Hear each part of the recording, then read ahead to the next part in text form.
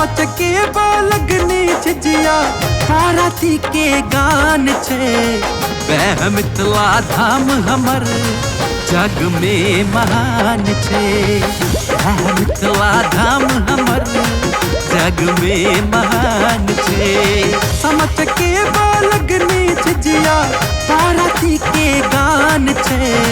वह मिथिला धाम हमर जग में महान छे।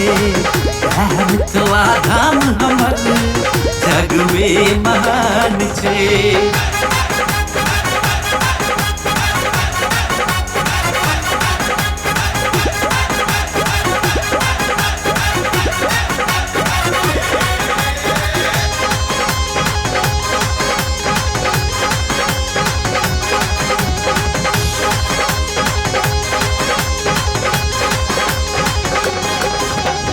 सुगा जता वेद पढ़ै छै, कोयल गावे प्राती छै।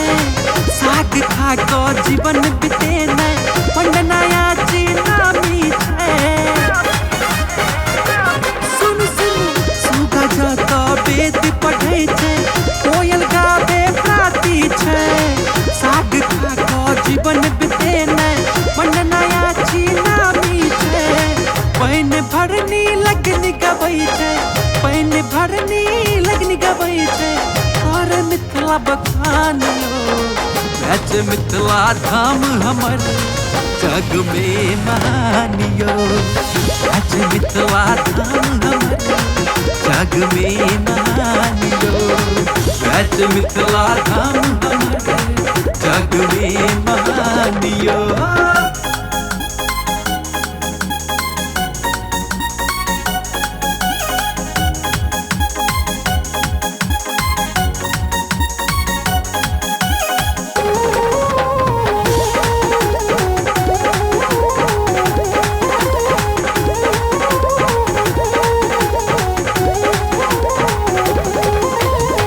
वैदही के नगरी अछि जानकी के गामियो।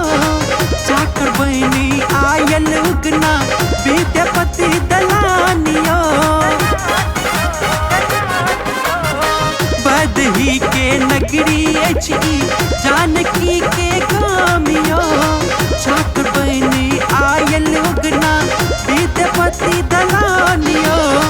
आइ बिको बरद चढ़ेलक, आइ बिको बरद चढ़ेलक, केलक घर हर काम यो। रच मिथिला धाम हमर जग में महान यो। रच मिथिला धाम हमर जग में महान यो। रच मिथिला धाम हमर जग में महान यो।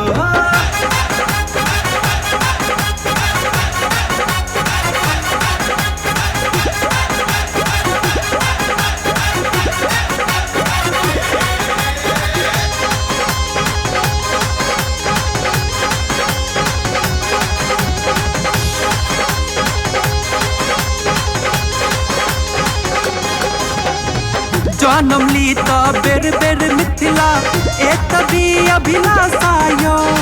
जत कतौ छी मैथिली बिसरू नहि भाषा यो।